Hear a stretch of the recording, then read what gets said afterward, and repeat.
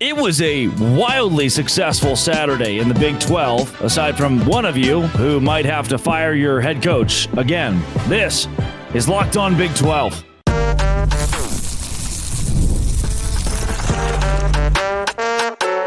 You are Locked On Big 12, your daily podcast on the Big 12 Conference, part of the Locked On Podcast Network, your team every day. Happy Sunday, everybody. Welcome to Locked On Big 12. I'm Drake Toll from America's #1 Big 12 podcast, Locked On Big 12. Thank you for making this show your first listen every single day.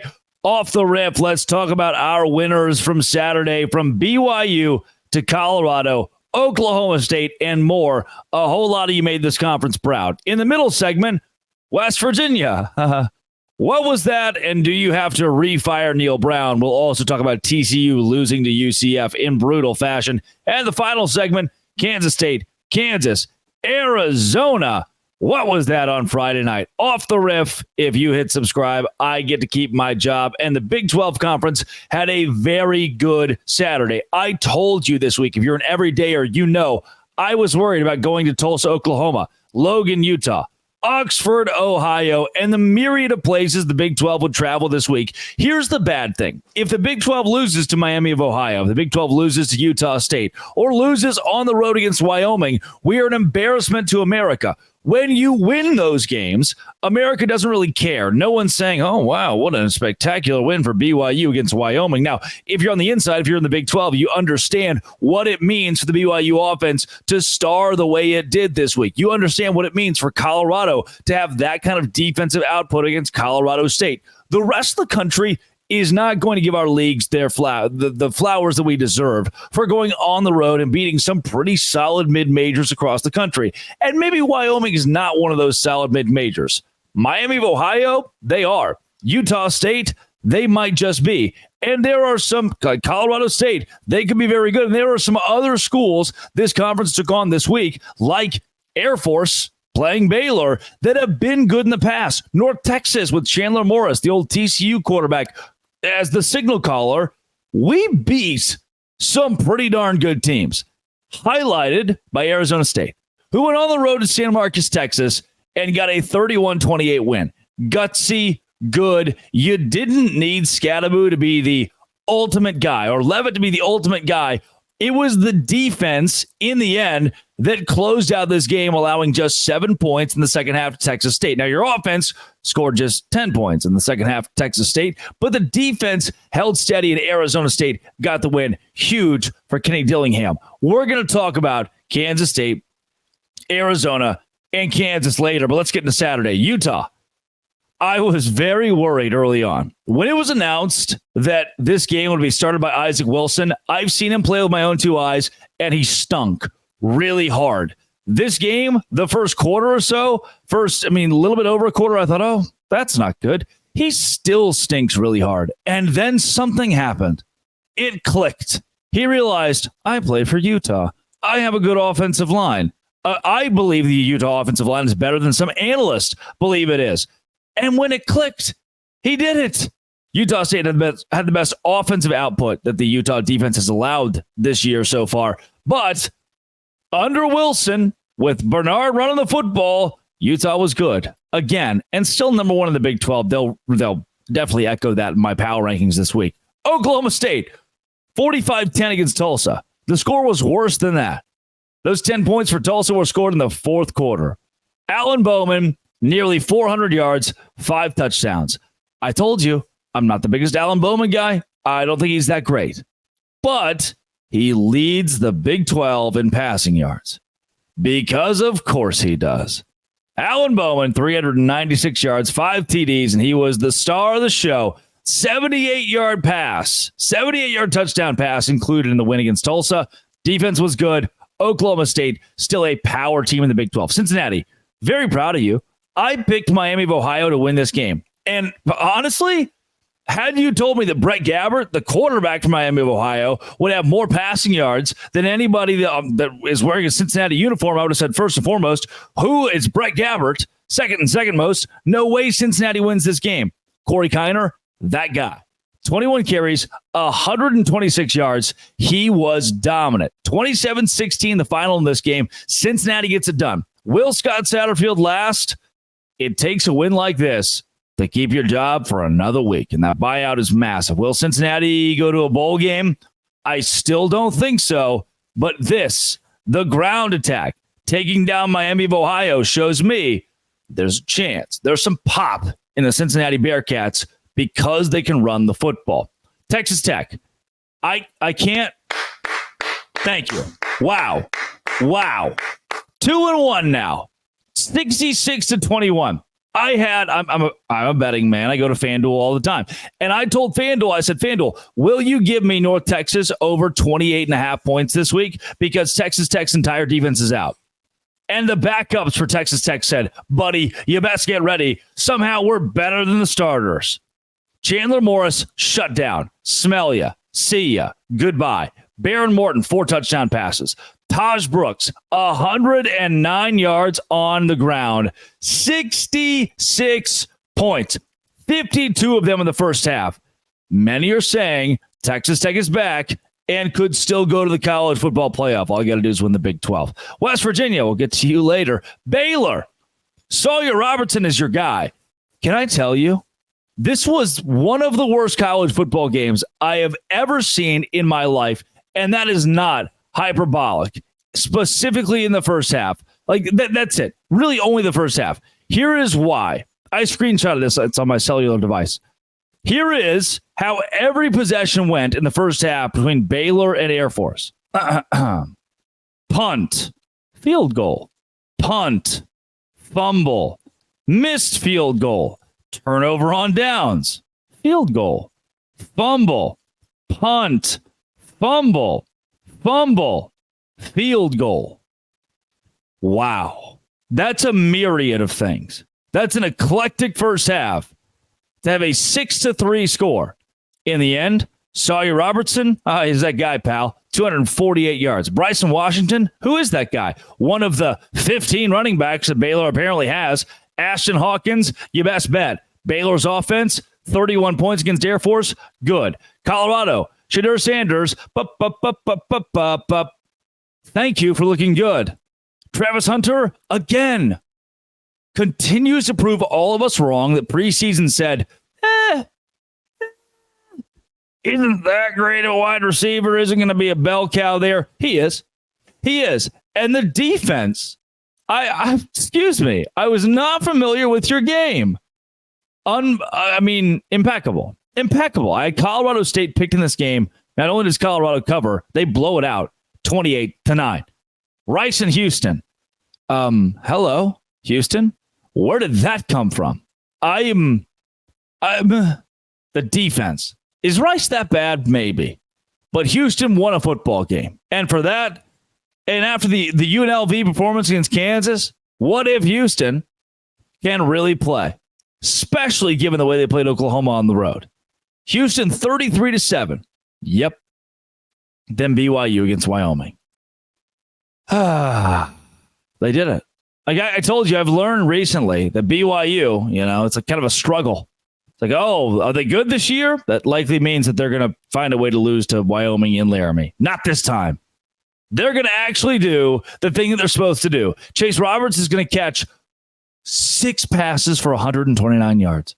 Jake Retzlaff, almost 300 yards passing and 3 touchdowns. And he ran the ball so well.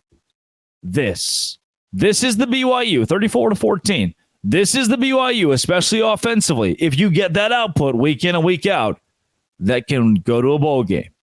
And with the schedule you have, especially coming up, going to a bowl game, very big. 3-0, hot start, baby. Hot start for BYU and an impressive win on the road in a rivalry game. Tough place to play at Laramie, Wyoming. Coming up, UCF, TCU, West Virginia. Talking to you guys on Locked On Big 12. Part of the Locked On Podcast Network, your team every day. Today's show is brought to you by 5 Hour Energy. Look, I had to stay up very late. I live on the East Coast now. So it's like, all right, how do I stay up till 1 o'clock to watch these games? 5 Hour Energy. You can watch it You can drink it while watching sports. Grab a 5-Hour Energy to stay alert with all your favorite games while they're on, especially if you're on the East Coast, with zero sugar convenience, portable size, perfect pick-me-up for getting stuff done. 5-Hour Energy flavors include watermelon, tropical burst, grape, berry, and more. On the site, you even have an option to build your own 12 or 24-pack. Go to 5hourenergy.com, the number 5hourenergy.com. Get some 5-Hour Energy product today. Use promo code LOCKEDONCFB. Receive 20% off your order. The offer is only valid until September 30th. On one order, cannot be used with other promotions. Code is not good on subscription orders. Go to 5hourenergy.com and do that today.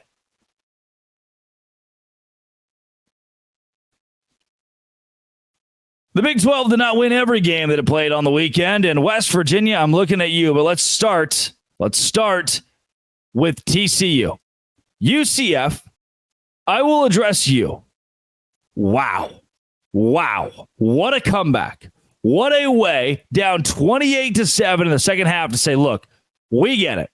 Our quarterback is not that good at throwing the football. We're still going to throw the football. And KJ Jefferson is going to have to be that guy. And guess what? KJ Jefferson was that guy.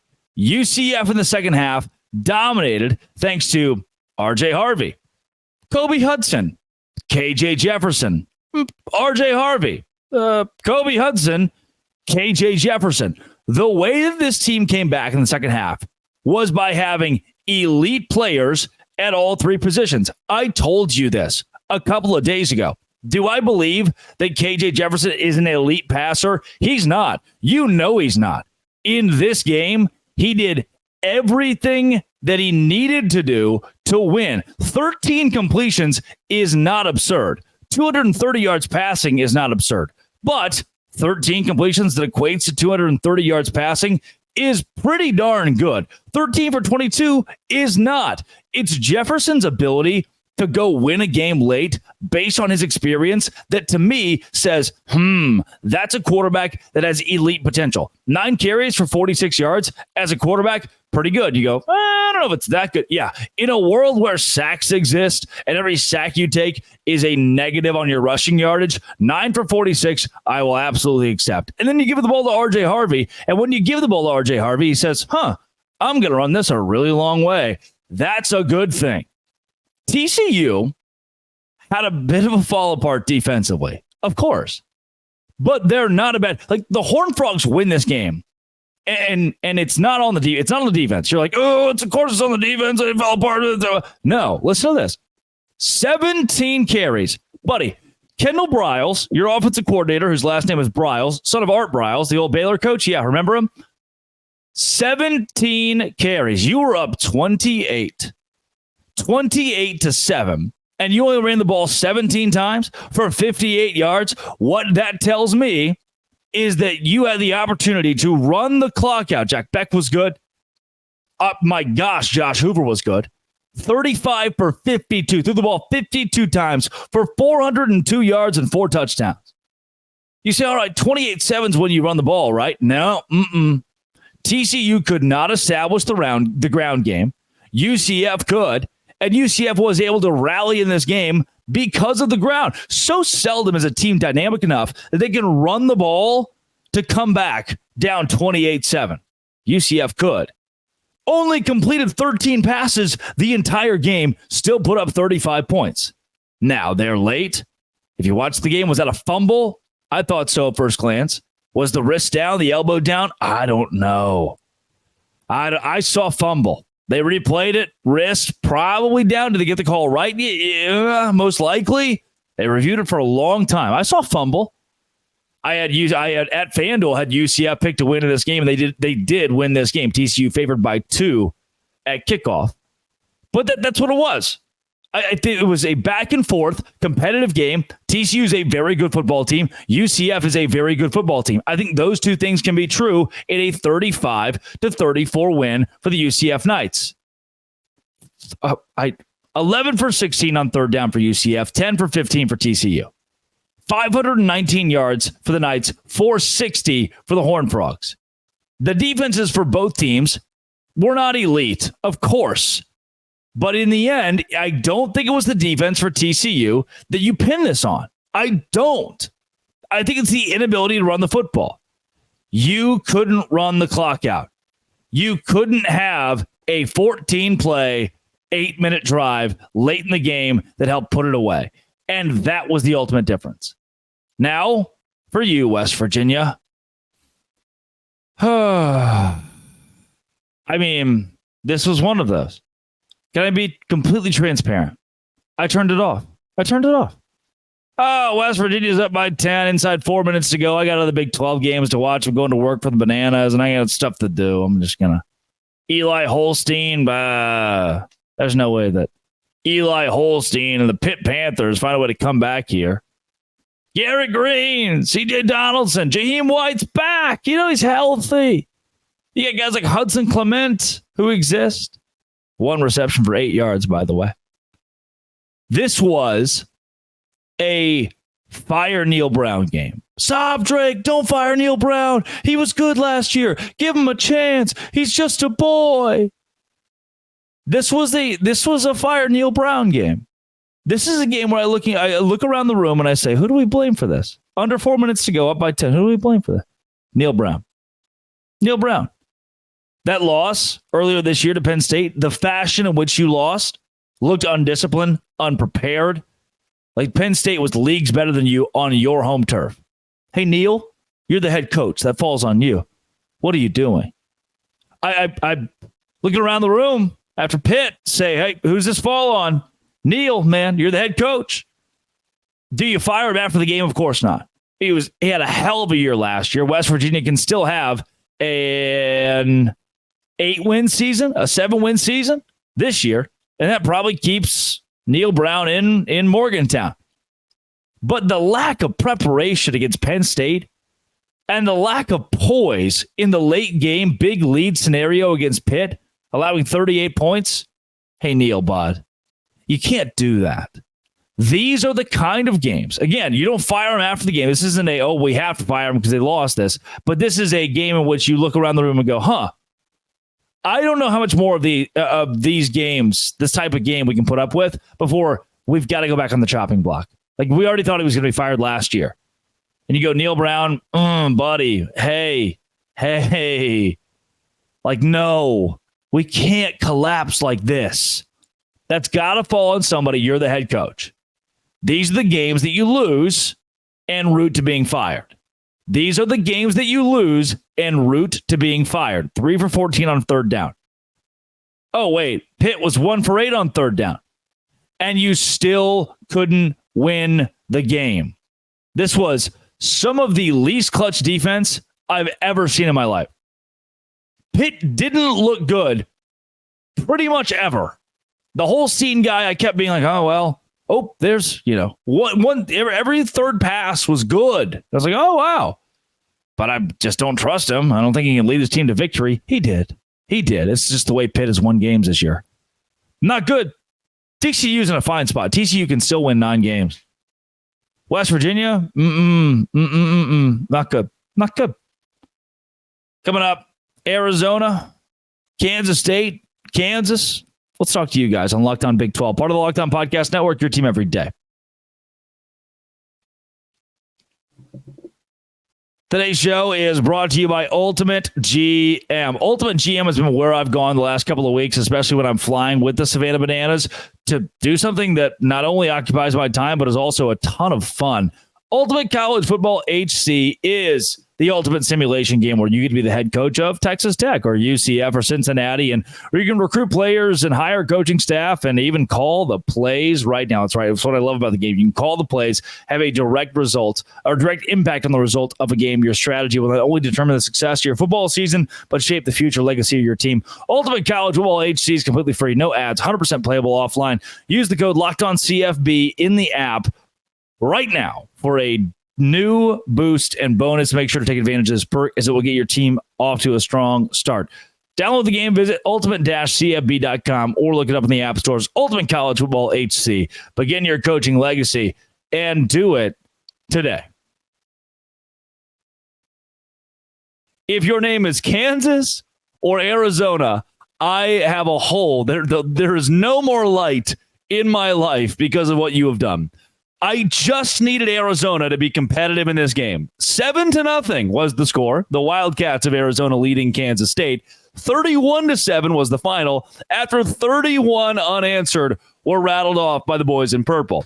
Then we have UNLV in Kansas.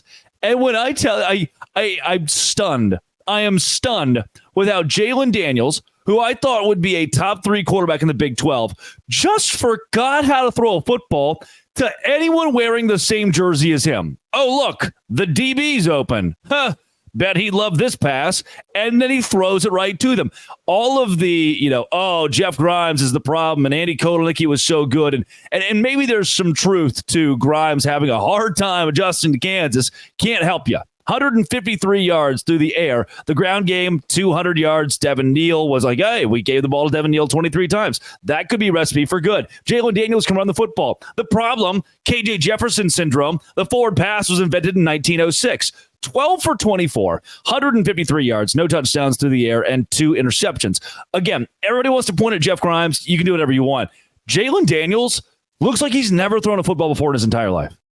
He was hurt last year, and it was, oh, yeah, but he's going to come back. He's going to be healthy. He's going to be normal. He's going to be his all-star quarterback. He's an elite QB. He's an elite signal caller. Come on, guys. Come on. And then, if you haven't watched this game, I implore you to search Jalen Daniels' halftime interception. We're just going to go to halftime. And then he says, hey, wait a second. That UNLV player looks like he could really use a football. Let me hand it to him with my arm. Kansas receiving? Luke Grimm, he's good, right? I'm looking at a pregame, touchdown props at FanDuel, and Luke Grimm's right there. He should catch a touchdown today. 3 receptions, 6 yards. I was told preseason that the Kansas receiving core would be one of the top in the Big 12 because they had so many different weapons to go to. Number one, they have no one to throw it to them. 2, they have not been playmakers. Lawrence Arnold was fine.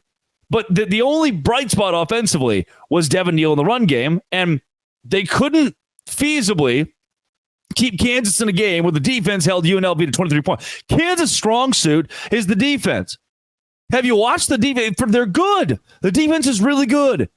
They held the Sluka kid from UNLV to 7 for 18 passing. Yeah, well, Kansas probably won the... Wrong. The defense of Kansas held UNLV to 270 yards of total offense. That's not a lot of yards. And 23 points. You told me those stats pregame, I'd say, yeah, Kansas definitely wins. The insult to injury, they're playing in a soccer stadium. They're like, oh, well, yeah, Kansas is going to have a big year because they're going to play a lot of their games in Arrowhead. Kansas is like, yeah, we'll save the big ones for Arrowhead. We'll play these crap bye games that we're going to win by 1,000,000 points in this 21,000 capacity Children's Mercy Park. And then you get shellacked by UNLV. Time of possession, controlled the clock, controlled the game. UNLV beats Kansas, and Kansas is bad again. Oh, no, we suck again. I can't imagine what it's like for you people.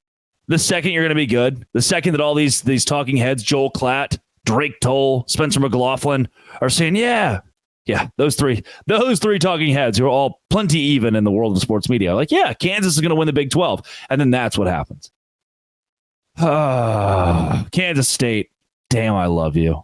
God bless. I'm watching this game and I'm just, feasting on how good the Wildcats offense was. 391 yards. Was the defense, can I say something controversial? I still didn't believe, okay, hey. Last week I said Kansas State's defense was elite, and you're all like, no, they're not. And I said situationally elite. This game, they weren't elite, but it's tough to be much better. What happened, honestly, is Arizona got put into a spot where Noah Fafita had to throw the ball probably more than they wanted. And the K-State secondary certainly stepped up. It was the 2 things. The ability to stop the run game and the ability to grow such a large lead that Kansas State was basically like, hey, Arizona, if you don't throw the ball, you can't come back. That quickly made Arizona go into panic mode. And my gosh, they sucked. Oh, my goodness. Throw up all over myself. Tet McMillan, it's just automatic. 11 receptions for 138 yards. Every time he catches the ball, I'm like, yeah, okay. And I think the DC for Kansas State and anybody else after they play them is going to be like, you know what? That's kind of going to happen sometimes. He's just going to have to catch the ball. In the end, you still won the game. I hate this doesn't count. Oh, well, Can I tell you something? I was upset pregame. This wasn't going to count as a Big 12 game because it eliminates somebody from the college football playoff at large. Like Arizona, it's not going to go to the playoff now. And the reason I was upset is because I thought these are two possibly playoff caliber schools. Then I watched Arizona play an actual functional football team. They were bad against NAU last week. Their defense was horrendous against New Mexico in week 1. And honestly, after watching this, I just don't have a lot of faith in Arizona. Somebody asked, are they Colorado light? No, it's not that bad. However, it's like quarterback, star receiver. Outside of that, star receiver number 2. Defense. Like, there's no reason for me to trust Arizona. Kansas State, on the other hand, oh my gosh. Look at you, bud. Avery Johnson running for 110 yards, throwing for 156. Couple of touchdowns through the air as well. He was great. He spread the love of the receiving game as well. I thought this was, and was he stupid a couple of times, like the end of the half, where 12 seconds, buddy. Look at the clock. Look at the clock. Jalen Daniels, Noah Fafita, and Avery Johnson all had their moments. I'm watching on a double screen where I thought, are these true freshman quarterbacks? That was idiotic. He won the game, and I'm not here to crap all over. I mean, third down efficiency, 7 for 13 as a team. Like, this kid was big in big moments and played very good football and ran the ball so well. But I still don't think we've seen the full form of Kansas State. And that's what's great for Kansas State. I told you, I asked you to take the pressure off of Avery Johnson and not make him have to be like, oh, this kid's going to win the Heisman. I'm like, okay, let's give it a second. And, he played loose. I feel like he played loose. Maybe he's been listening to me, telling him that he doesn't have to set too high of a standard for himself. Hopefully. Good to see you, Avery. Kansas, what is wrong with you? What is wrong with you? Dang it, dude. Oh, and Arizona, could you look competent? Could you look competent, please? I thought you could go to the playoff. Now it's my mistake. My fault. Ugh. Arizona's schedule is not that brutal, though. They could still win 8 games. Kansas State could win the Big 12. They're still number 2 in my power rankings. That is if Utah survives in Logan this week. Today's show is brought to you by FanDuel. You can utilize FanDuel literally today. College football is on today. FanDuel.com is where you go to place a wager now. Look, I'm a big FanDuel fan because they're always running these promos that I like. Right now, there's something a little bit different for you. Now through September 22nd, all FanDuel customers get about $5, get a 3-week trial of NFL Sunday Ticket from YouTube and YouTube TV. Then with the YouTube TV base plan, you get to watch every regular season NFL Sunday afternoon at-a-market game. All you need is a Google account and a current form of payment. You can cancel anytime. Visit FanDuel.com. Download America's #1 sportsbook. FanDuel, America's #1 sportsbook, FanDuel.com. Go there today. That's it. Have fun watching your teams play today and just hope that you don't end up like Kansas. Stupid, dude. Stupid. The team that I thought was going to come in here and win the Big 12, and they stink. Clip that. Somebody save that 3 seconds and send it to me. That's my reaction to Kansas. Kansas State, I love you. Mwah. Arizona, come on. I want to love you. I know you're new here. I'm going to love you as a child. I'm not a stepdad to Arizona. I'm the dad that stepped up. Just need like a sign of life. This has been and always will be Locked On. Thanks for making it your first listen every single day. Dose Grande.